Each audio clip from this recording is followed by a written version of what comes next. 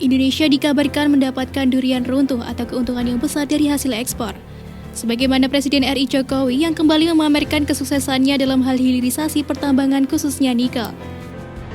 Pasca izin ekspor biji nikel di stop, Indonesia ketiban durian runtuh hingga mencapai 360 triliun rupiah melalui hilirisasi nikel menjadi barang bernilai tambah. Presiden Jokowi menyatakan bahwa sebelum ekspor biji nikel dilarang ekspor, pendapatan negara yang didapat dari sektor nikel ini hanya mencapai 15 triliun rupiah.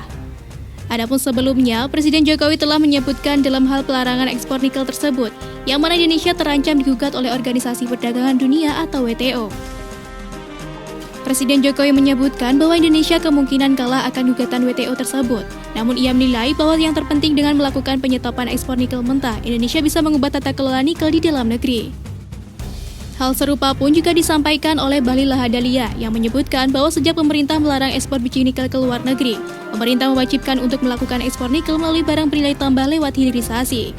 Menteri Investasi atau Kepala BKPM Bahlil Lahadalia menyebutkan bahwa dari hilirisasi nikel Indonesia mendapatkan keuntungan ekspor didapat pada tahun ini mencapai 30 miliar US dollar Amerika atau kurang lebih setara dengan 450 triliun rupiah.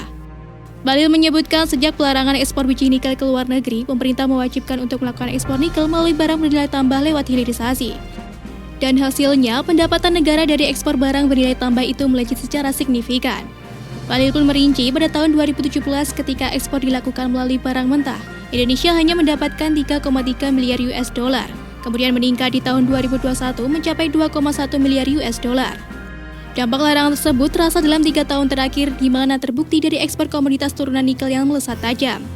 Badan Pusat Statistik melaporkan nilai ekspor komoditas turunan nikel untuk nikel dan barang daripadanya serta ferronikel tumbuh tinggi sejak 2020 sampai dengan Agustus 2022.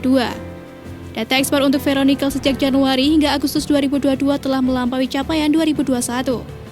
Pada periode tersebut, ferronikel tercatat dengan nilai ekspor mencapai 8.762,9 juta US dollar. Sementara capaian di tahun 2021 di angka 7.087,4 US dollar.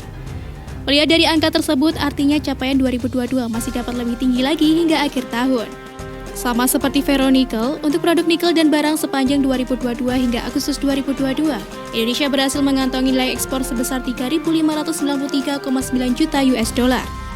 Angka tersebut naik signifikan dari capaian di tahun 2021 di level 1.284,5 US dollar.